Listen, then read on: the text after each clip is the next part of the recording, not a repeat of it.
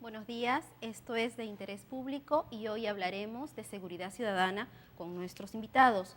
Con ellos analizaremos las diferentes aristas de este problema que afecta al país, conoceremos las propuestas que tienen para mejorar el combate contra el crimen y escucharemos consejos también para realizar operaciones bancarias con seguridad. Nos acompañan en esta oportunidad el congresista Renzo Rayardo, que ha sido presidente de la Comisión de Seguridad Ciudadana del Parlamento Nacional, y el doctor Ronald Mejía, director general de Al Security S.A., consultor de seguridad bancaria. Antes de comenzar con las entrevistas, quisiera repasar brevemente las últimas noticias que nos brinda la Agencia de Noticias Andina respecto al tema que nos convoca hoy. Por ejemplo, en el Consejo de Ministros, en el último Consejo de Ministros, se informó que el presidente Ollanta Humala ha exigido resultados concretos en la lucha contra la delincuencia y ha planteado la necesidad de que se emitan informes mensuales sobre los avances en la lucha contra el crimen. Además, el ministro de Economía informó que el presupuesto para la seguridad ciudadana se incrementó en un 25% este año, al destinarse 1.300 millones de soles para dicho concepto, lo cual, él ha señalado, demuestra que no hay un descuido presupuestal en la materia. También se ha dispuesto que delincuentes extranjeros no podrán ingresar al Perú. El jefe del gabinete informó que Migraciones impedirá el ingreso de una persona extranjera que tenga algún tipo de cuestionamiento con su conducta. Bueno, el tema que nos convoca hoy se titula Seguridad Ciudadana, tarea de todos. El motivo de este interrogante recuerda que, si bien el Ejecutivo cumple un papel de liderazgo, la sociedad civil y cada uno de los peruanos también tienen un rol que cumplir. Y si esto es así, yo le pregunto a usted, congresista Renzo Rayardo, ¿qué papel debe de cumplir las juntas vecinales, por ejemplo? ¿Qué papel o qué funciones, cuáles son las responsabilidades que también atañen a las autoridades tanto regionales como locales?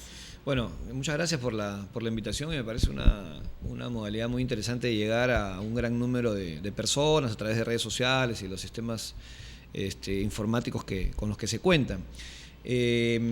Yo creo que lo primero, el liderazgo es fundamental. Necesitamos que nuestras autoridades, nuestro propio presidente de la República asuma ese rol que la población espera, porque a partir de ello vamos a lograr que los otros actores se incorporen y se sumen a esta lucha contra la criminalidad y la delincuencia, y que además es organizada. Y en eso efectivamente juega un papel fundamental las juntas vecinales. Nosotros hemos tenido mucho contacto con las juntas vecinales, hemos trabajado en el Congreso con los representantes de las juntas vecinales, hicimos un seminario, un foro en el Poder Legislativo y contó con una amplia presencia de las juntas vecinales de todo el país. Y ellos están pidiendo algunas cosas que necesitan para hacer un mejor trabajo. Por ejemplo, que se reglamente el proyecto de ley de su creación, en el que se le da una serie de beneficios sociales, en el que se le da seguro y en el que se le permite tener una situación que de alguna u otra manera hagan un mejor trabajo. Entonces, se lo planteé en su momento al presidente, se lo planteé en su momento también al secretario técnico de CONASEC, me ofrecieron aprobarlo porque el reglamento va directamente de parte del Ejecutivo, pero lamentablemente creo que hasta ahora no se ha hecho. Digo creo porque no estoy absolutamente seguro. Sin embargo, hay una serie de requerimientos que necesitan las juntas vecinales para hacer un buen trabajo.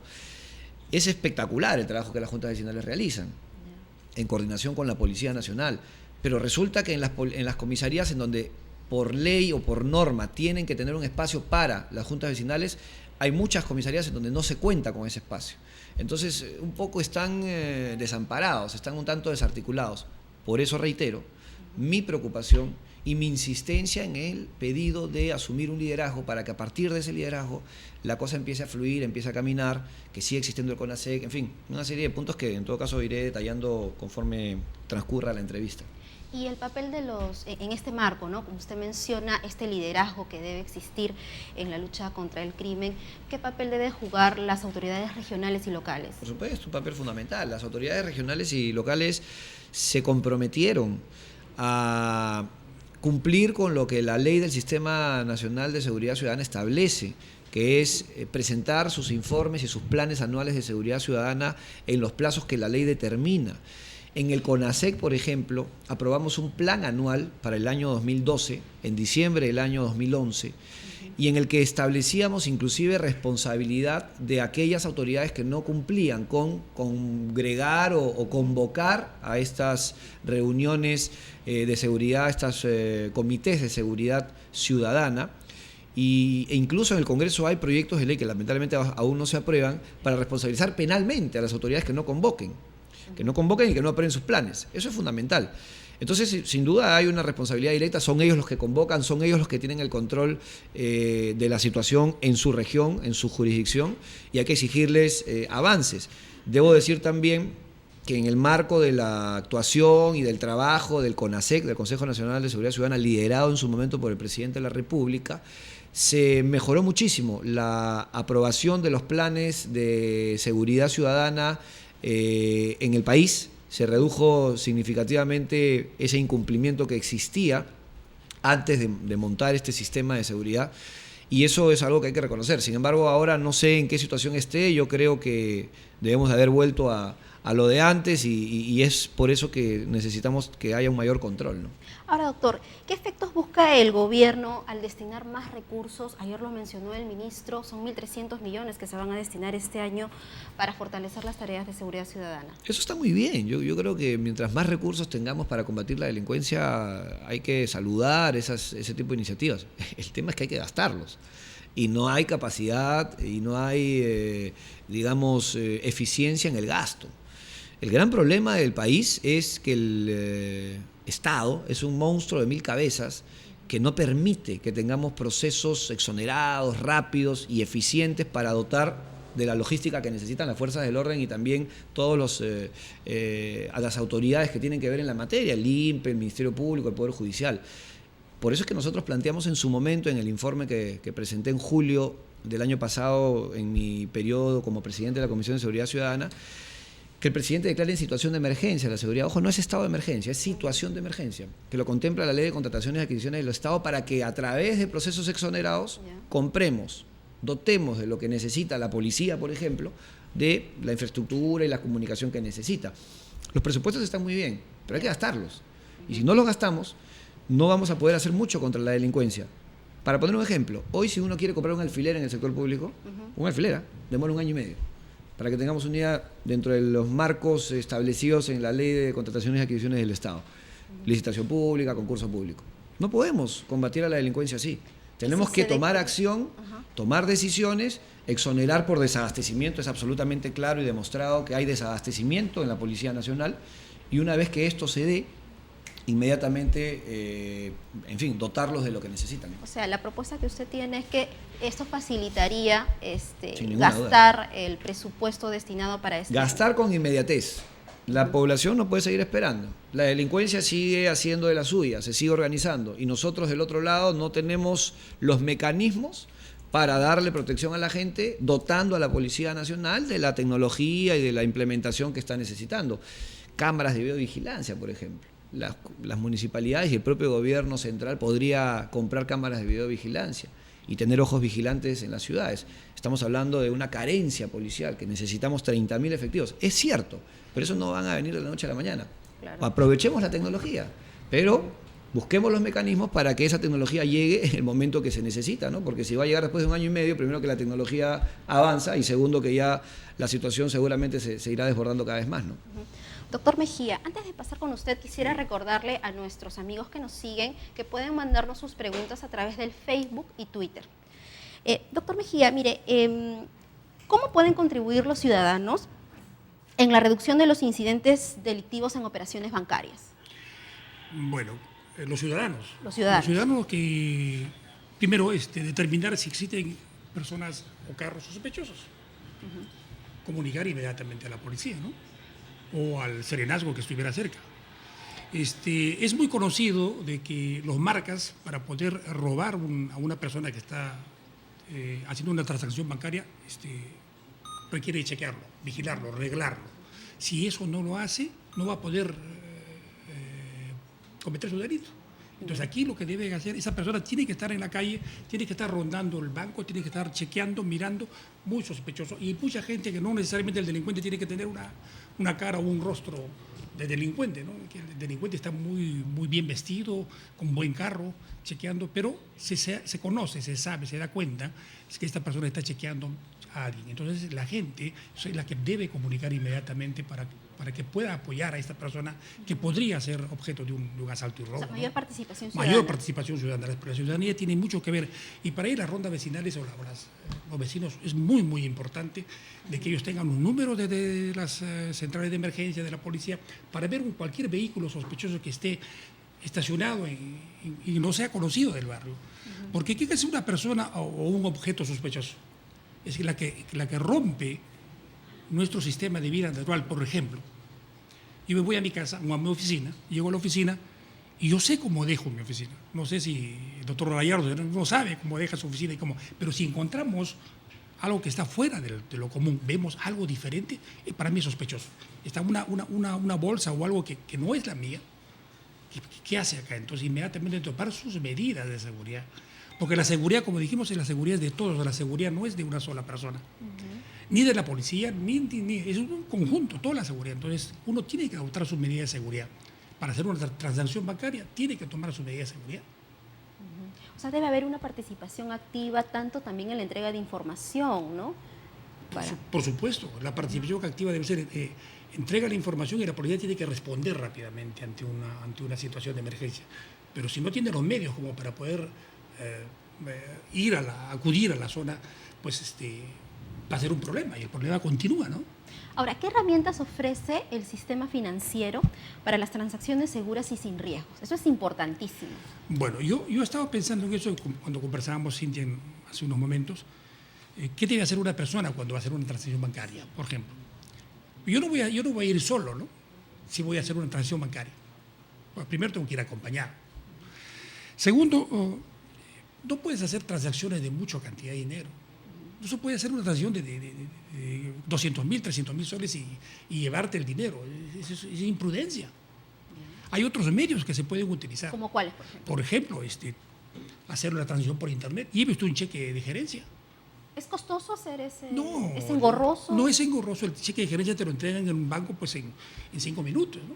Y es asequible. Es asequible, lo puedes hacer por internet. Ahora todavía no tenemos la cultura nosotros de utilizar el internet y los pagos por internet. Pero eso es lo más seguro, una transacción. Por ejemplo, en mi empresa, los security que dirijo, todo se hace por internet. Yo pago recibos por internet, pago los sueldos por internet. O sea que eso es lo que debemos utilizar, ¿no? Después, cuando esta persona retire un dinero, yo recomiendo que utilicen vías de comunicación las más concurridas. Porque en esas vías de comunicación más concurridas ellos buscan la oportunidad de atacar. Pero en una vía de comunicación, Javier Prado, por ejemplo, ellos no lo van a hacer, lo han hecho en una oportunidad.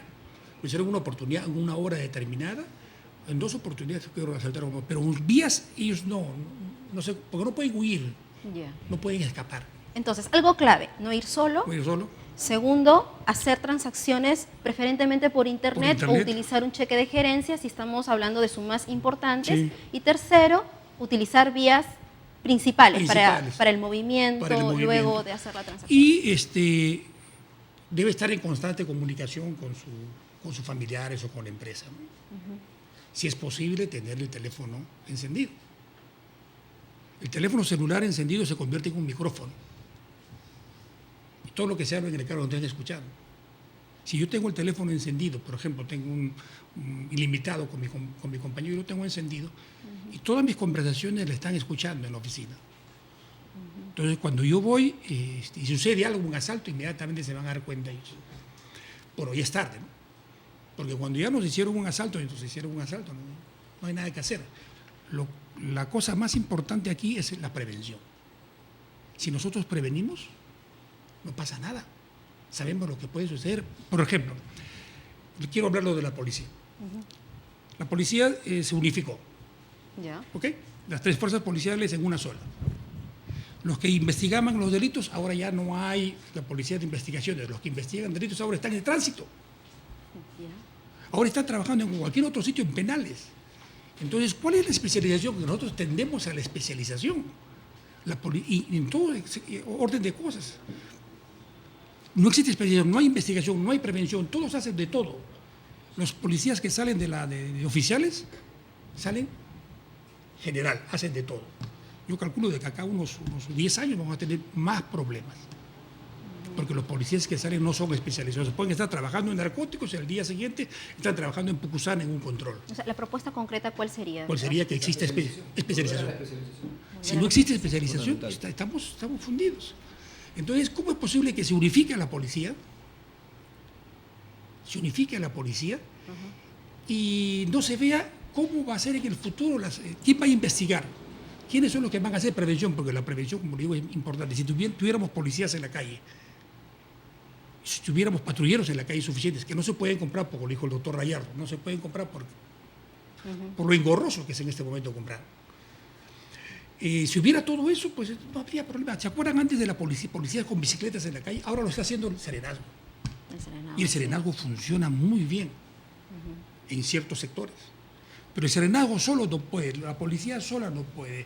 El Poder Judicial, el Ministerio Público, tiene que ser una cosa concatenada, una cosa unida, un sistema de seguridad. Y para eso necesitamos liderazgo, como decía el doctor Gallardo. Para eso es una decisión política. Para eso es asumir, yo hago esto.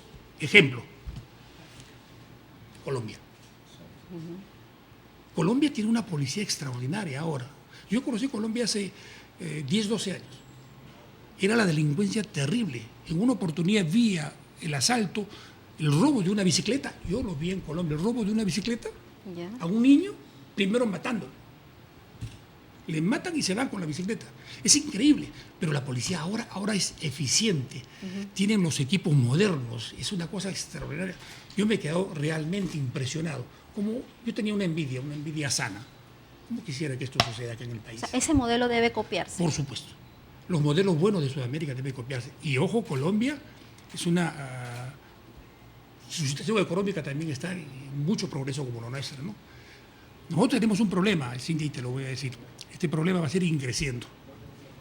Esto va a seguir, conforme sigue la economía del país, conforme vamos creciendo, conforme vienen compañías constructoras acá, la economía crece con 6% anual aproximadamente, también crece la delincuencia, también crecen las marcas y también van a crecer las organizaciones delincuenciales. Ahora van a venir importación, se va a traer acá delincuentes, grupos delincuenciales, ojalá que no suceda eso, grupos delincuenciales para cometer los delitos y se vuelven a regresar a su país.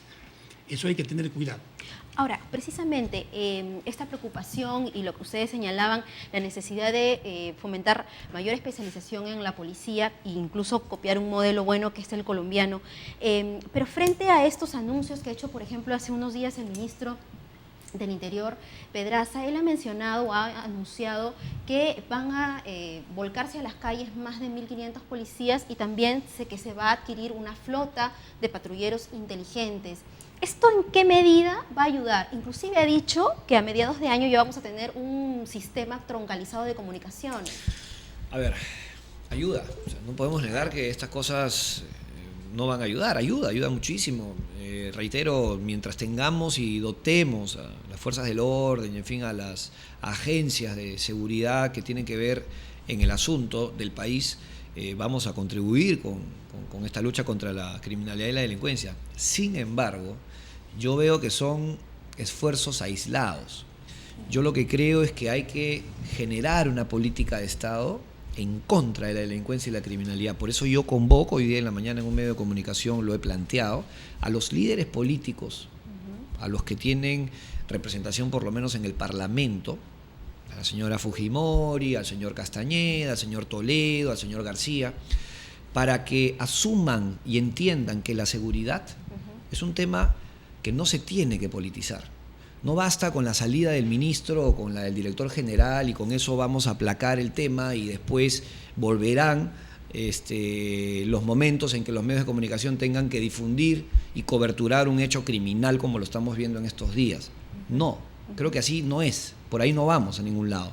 Tenemos que hacer una gran convocatoria liderada por el presidente de la República, convocar a los partidos políticos, que siga sesionando el CONASEC, que se sigan tomando decisiones y que estas cosas a las cuales te estás refiriendo como cositas aisladas, formen parte de un paquete que necesita la ciudadanía. dotar inmediatamente de toda la tecnología y de toda la infraestructura que necesitan las fuerzas del orden, el Ministerio Público, el INPE y el Poder Judicial. Inmediatamente, dinero hay. Presentar el marco legal adecuado, que es un marco legal muy amplio. No estamos hablando de solamente más penas para los delincuentes, represión absoluta. No estamos hablando solamente de un aspecto estrictamente penitenciario. Estamos hablando de aspecto educacional. Principios y valores en los colegios, modificar la currícula, preocuparse por el bullying, por la deserción escolar. Ahí se necesita un marco legal adecuado. El tema de los brazaletes electrónicos, hay hacinamiento en las cárceles. Si vamos a poner más penas, van a haber más presos, va a haber más hacinamiento y van a hacer formación de delincuentes, los penales. Entonces, es un tema de simultaneidad, paquete legislativo. Por eso planteamos en su momento que el presidente pida facultades legislativas al Congreso. Lo hizo en julio del año pasado, en su mensaje a la Nación. Pero el Congreso no estuvo a la altura de las expectativas de la población y simplemente se las negó. Entonces también hay una responsabilidad del Congreso. Entonces, compromiso de todos. Así comenzaste la entrevista. Sí. Es tarea de todos, es compromiso de todos. Pero de los políticos y de los que finalmente manejan los destinos de este país, fundamentalmente. La población tiene derecho a vivir tranquila, a vivir en paz, a vivir segura. Pero los políticos y las autoridades tenemos la obligación de darles esa paz y esa tranquilidad. ¿Cómo? Uniéndonos y entendiendo que este es un problema que no se debe politizar, que se debe tratar con absoluta imparcialidad, con mucho profesionalismo, poner a nuestros mejores cuadros de los grupos políticos en ese foro y que empezamos a entender que si esto no camina, se nos cae todo. Y se nos cae inmediatamente la economía. Porque deja de venir inversión, ya ha saltado la alerta de los Estados Unidos y eso va a generar problemas de todas maneras. No lo vamos a ver hoy, pero lo veremos en unos meses más. Entonces, entendamos la clase política de este país y las autoridades, que esto se tiene que manejar integralmente, con liderazgos claros, con decisiones muy claras. Los diagnósticos y los pronósticos están. Acabas de referirte a algunas medidas. Tenemos una gran cantidad de planteamientos que yo de repente los puedo ir desarrollando conforme vayamos avanzando. Está muy bien, todo eso contribuye, pero tiene que ser integral, tiene que ser con compromiso de todos y ponerlo en la agenda de este país inmediatamente. Y no pues estar soltando cositas esporádicamente porque eso no va a ayudar en absolutamente nada. No vamos digamos, a reducir o a eliminar la delincuencia en este país con medidas aisladas. Lo vamos a hacer en conjunto, todos tenemos que contribuir en ello. Doctor Mejía, entonces el tratamiento también tiene que ser estructural, ¿no? Integral, como lo mencionaba el doctor. Por supuesto, si no es integral no conseguimos nada. No conseguimos nada. Todos tenemos que estar. Lo que sucedió en Colombia, el presidente de Colombia, Gaviria creo que fue, dijo, no señores, esto vamos a caminar todos juntos. Y les dio tareas a todos y empezaron a trabajar. Pero es decisión política, creo yo. Si no existe esa decisión, si no existe liderazgo, como dice el doctor Rayerto, no vamos a conseguir nada.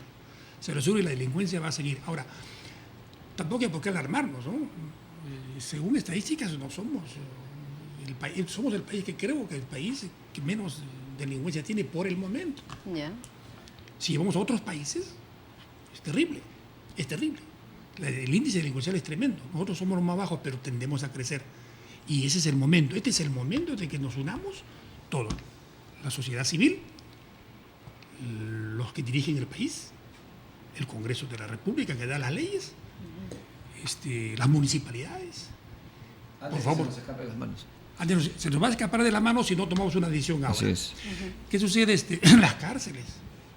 No existe readaptación de un primerizo. Una persona que comete un delito se va a seguir su maestría al Urigancho, ¿no? Y su PhD a piernas gordas.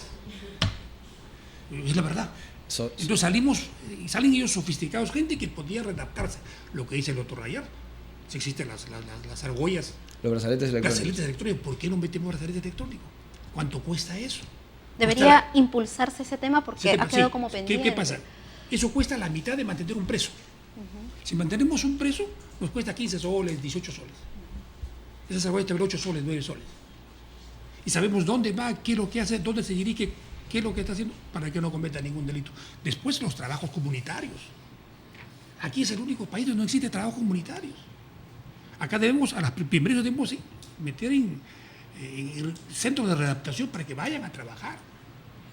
Para conseguir ese trabajar, no sé, las municipalidades, en los jardines, regando jardines, acompañando, pero tienen que trabajar. tienen que hacer algo. Existe una estrategia de readaptación. Ahora, eso es muy complejo. Necesitamos psicólogos, gente especialista en eso, pero hay que hacer algo. Se nos escapa de la mano sin tiesto. Ahora, quería comentar también con usted la experiencia de Brasil y Argentina. Es la instalación de biombos para controlar la acción de los marcas, ¿no?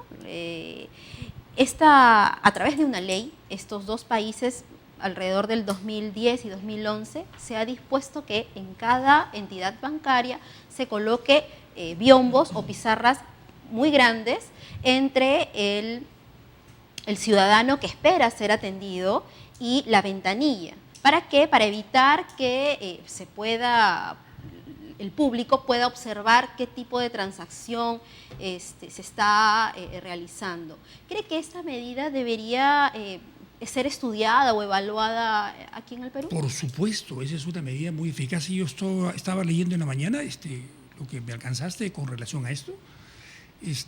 Efectivamente, es una medida que han tomado y que creo que está dando resultados. Podemos tomar esas. Hay que imitar cosas que son buenas. Podemos tomar ese tipo de medidas como otras. Hablaba con el doctor Rayardo ahora, que tiene otra ponencia, ¿no? Y que lo puede explicar. Sería extraordinario utilizar ese doble check. Sí, claro. ¿Quién entra al banco? Registro de huella dactilar para que todos aquellas personas que ingresen a hacer una operación bancaria, y obviamente incluiría los marcas, porque los marcas tienen que entrar al banco para poder darse cuenta quién lleva dinero en efectivo o no, quede registrado.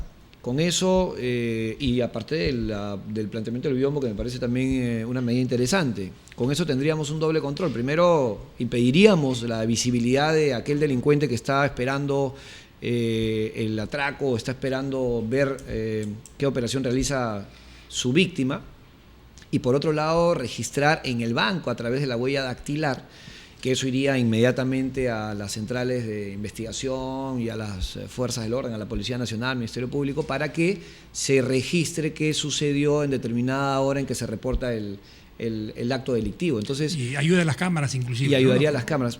Eso se llama tecnología, eso se llama dotar de la infraestructura que necesita las fuerzas del orden para hacer su trabajo.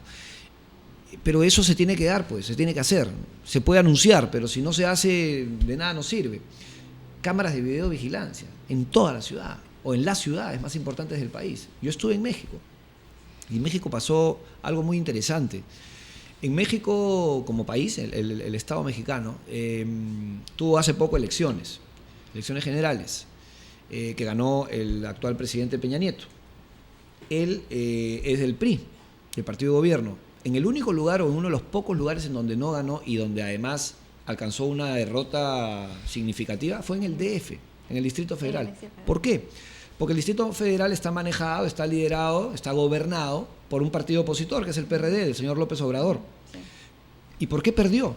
Porque en el DF hay un plan de seguridad muy bien montado por parte de sus autoridades. Tienen 13.000 cámaras de videovigilancia, todas reportando a 5 centrales que trabajan en conjunto entre el Ministerio Público, Policía Nacional, Poder Judicial inclusive, Defensa Civil y miembros de la Policía Municipal. Entonces, trabajan en conjunto.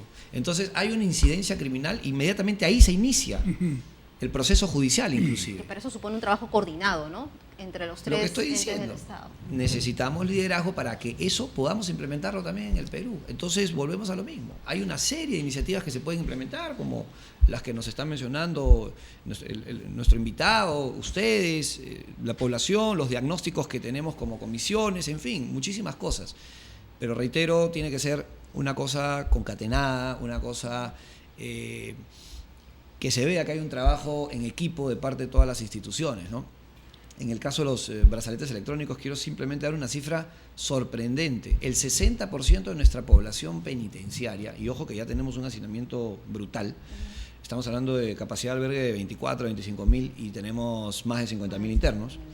Así, la verdad que no se puede hacer absolutamente nada. Vamos a resocializar a esas personas, yo creo que es casi imposible.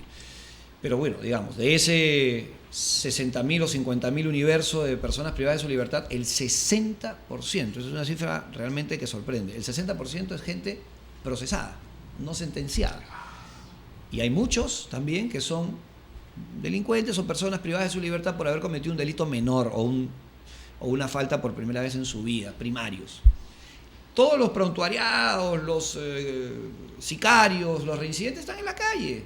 Entonces, los penales están sobrepoblados de gente que podría tener penas alternativas. Y ahí está el brazalete electrónico, monitoreados por empresas privadas que hacen mucho más eficiente el control de estas personas que han delinquido en su momento, que están siendo procesadas, y el sistema, y no los tenemos en las cárceles. Y eso, solamente para terminar la idea y poder encerrarla, y eso le cuesta al Estado mucho menos que una persona privada de su libertad en la cárcel. Diario se paga por un interno en la cárcel el día de hoy 15 soles. Con este sistema, monitoreado por una empresa privada, que además el brazalete electrónico ni siquiera lo tiene que comprar el Estado, lo aporta la empresa privada, a una concesión de 5 o 10 años, habría que ver un poco de números, 8 soles. O sea, es la mitad. Es la mitad, es más eficiente. Y una cosa muy importante, el 98% de personas que son monitoreadas con este sistema de brazalete electrónico por empresas privadas, porque en el mundo está comprobado que las empresas privadas lo hacen de una mejor manera y reportan directamente a las autoridades, el 98% cumplen con las obligaciones y con las exigencias que el monitoreo establece. Entonces, es eficiente, es más barato, va a permitir que tengamos penales en mejor situación, va a cortar de repente la cadena delictiva, porque hay que entender que los cabecillas también desde el penal inician los actos delictivos. ¿Qué esperamos para implementar eso? Pero eso, reitero, es parte de un paquete que se tiene que dar en el más corto plazo por las autoridades y básicamente por el presidente y sus ministros, ¿no? Ahora, quisiera hablar de las propuestas que están pendientes en el Congreso, ¿no? Sobre todo. Y justamente hay una pregunta que nos hace uno de nuestros seguidores, Mario Vallejo. Dice: más seguridad y cadena perpetua y pena de muerte. Se está hablando de la necesidad de hacer una sumatoria de las penas. Penas acumulativas. Exacto. Para lograr mayor eficacia al momento de sancionar los actos delictivos, los más graves. ¿Esto es lo más adecuado? ¿Debería sí, yo creo que sí. de esa manera? Yo creo que sí, porque no podemos permitir que un delincuente que tiene un prontuariado enorme y que ha cometido delitos muy severos para la sociedad, y que de repente salió por algún beneficio penitenciario en su momento, no tenga que purgar una condena extensa porque se le impone solamente un delito. Yo creo que tienen que ser acumulativas, porque eso es una situación que es ejemplar. A ver, las personas privadas de su libertad que son reincidentes tienen que estar en la cárcel de por vida. Esa es mi opinión. No deben de haber beneficios para los reincidentes ni habituales. Claro, cadena perpetua. Yo no comparto el tema de la pena de muerte. Yo prefiero la cadena perpetua, pero establecer un sistema y un mecanismo para que las autoridades muestren a ese delincuente que está purgando cadena perpetua permanentemente y que la delincuencia misma vea cómo se va degradando su integridad física. Eso es importante, porque son mensajes que tenemos que dar. Y eso no es abusar contra ningún derecho humano, ni mucho menos. Simplemente que una persona privada de su libertad en una cárcel se va a mostrar cómo entra y se va a mostrar después a los años cómo está y qué dura es la vida carcelaria. Entonces, sin duda eso es un trabajo que hay que realizar.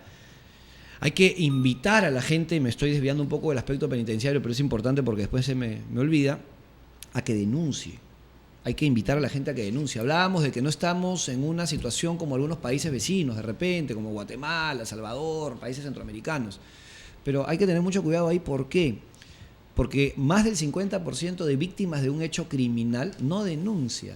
Y eso no está en las estadísticas y eso no está en las encuestas. Nos estamos basando en un universo muy reducido para establecer si somos o no somos una sociedad de una alta incidencia criminal. Entonces, tenemos que motivar a la gente a que denuncie. Hay que darle algún tipo de beneficio a la gente que denuncie. Y eso lo tiene que hacer el Estado. Colaboración eficaz, confesión sincera, de repente recompensas, protección de identidad. Hay una serie de mecanismos que se podrían implementar, pero hay que trabajar, pues es un tema que hay que trabajarlo y hay que coordinarlo, ¿no? Yo algunas propuestas le he hecho al presidente como comisión y todo, pero lamentablemente no se ha tomado una decisión en ese sentido directa y clara, ¿no? Ahora, doctor, en el sentido que iba el congresista, y como preguntaba, en la sumatoria de penas, ¿usted está, cuál es la posición? Plenamente de acuerdo. Plenamente de acuerdo, porque aquí se castiga al delito de mayor pena. Si yo he asaltado, he matado después al día siguiente he atropellado con mi vehículo. Entonces tengo una pena y me aplican la mayor. Vale decir, si es por 8 años, no. Pero si es acumulativo, por este delito tanto, y tienes, como Estados Unidos, 150 años de pena. Eso es efectivo. Eso es efectivo. No hay pena de muerte. Es una señal clara, ¿no? A la población, a la y se da cuenta delincuencia, la ¿no? población que se va 150 años. Que hay rigidez, ¿no? Ahora, si habla el doctor Hierro de los brazaletes esos de seguridad electrónicos, y que dice que puede ser una empresa privada, las cárceles pueden ser empresas privadas, las cárceles pueden ser manejadas por empresas privadas. Eso sucede en otros países muy adelantados. Sucede en Estados Unidos, las cárceles son privadas. Y son eficientes. Son súper eficientes. Porque hay algunos analistas que opinan lo contrario. Opinan lo contrario, pues cada uno tiene su opinión, pero en este caso nosotros hemos visto lo que, por lo menos yo, en otros países cómo está funcionando esto. Ya.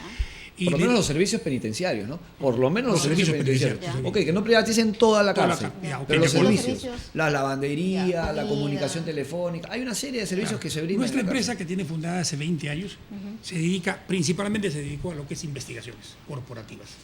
Los delitos que son cometidos por algún empleado de alguna empresa o por estafas grandes o defraudaciones grandes, nosotros nos encargamos de hacer investigaciones. ¿Pero por qué? Porque simplemente no encuentran un eco en la policía.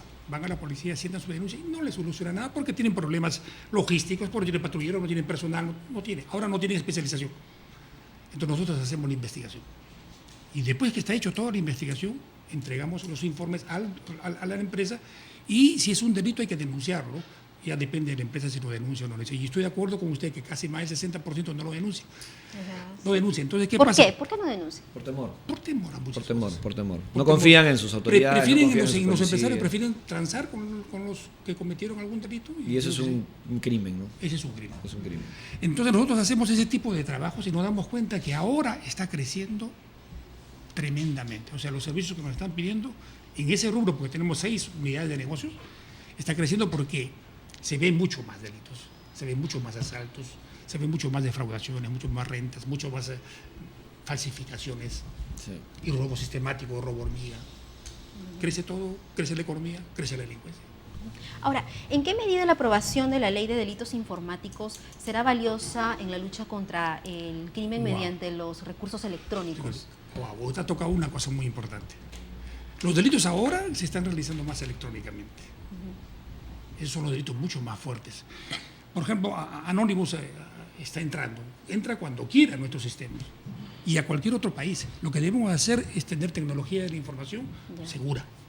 Y para tener tecnología de la información segura, nosotros debemos tener equipos modernos, pero no equipos en la oficina, porque no utilizamos el cloud computing, porque no utilizamos las nubes, que son mucho más seguras, y ya tú no necesitas un servidor en tu oficina. Lo que necesitas es alquilar en la nube un espacio, el espacio que tú necesites. Ya. ¿Ok? Ellos están recontra asegurados, todo lo que ingresa a su sistema de computación, que son grandes y inmensos, y todo lo que sale está asegurado. Ellos los chequean todo si existe penetración, quieren penetrarse, quieren robarse información. Eso en estos momentos es uno de los más grandes delitos que está habiendo, el delito informático. Y aquí en el Perú todavía no nos preocupamos. El día que quieren se meten a Palacio de Gobierno o se meten al Poder Judicial y se meten al Congreso, sacan los sueldos de algunos ministros y congresistas y lo publican y dicen y amenazan. Nosotros debemos cuidarnos y para eso tenemos que utilizar sistemas de seguridad muy, muy, muy sofisticados. Y actualmente el cibercrimen, ¿cómo afecta al sistema bancario? Oiga, pueden bajarle todo su sistema y destruirlo. Media hora lo paralicen y se destruye, y le cambian los códigos y se malogró todo. Eso sucedió en Estados Unidos y me contaban una empresa que es TerraMark, que lo representamos nosotros aquí en el Perú, que tiene el NAP de las Américas en Miami. Ellos cuidan, que tienen un sistema de cloud computing, ¿no? Ellos lo que hicieron con una empresa americana fue terrible. Ya. Mandaron sus bonos en venta, bajándole el valor. Se procedió a la compra, destruyeron al banco. El banco se fue en picada. con este sistema. Con ese sistema del siglo XX. O sea que nosotros debemos de cuidar. Ahora todavía no lo estamos haciendo, no lo sentimos. La gente no. Pero deberíamos trabajar en eso. ese aspecto. Deberíamos trabajar en eso. Doctor, antes que el programa se nos vaya, quería preguntarle algo que ahorita está en boga y en la coyuntura. Es el tema, bueno, mañana se inicia la segunda legislatura ordinaria en el Parlamento. Y bueno, ya hay voces de diversas bancadas en el sentido de formar un compromiso para priorizar el paquete normativo orientado a fortalecer la seguridad ciudadana, el paquete normativo que envió el Ejecutivo. ¿Usted ve esa voluntad política de priorizar este paquete de normas? A ver, quiero precisar algunas cosas. No es solamente un paquete normativo que envió el Ejecutivo.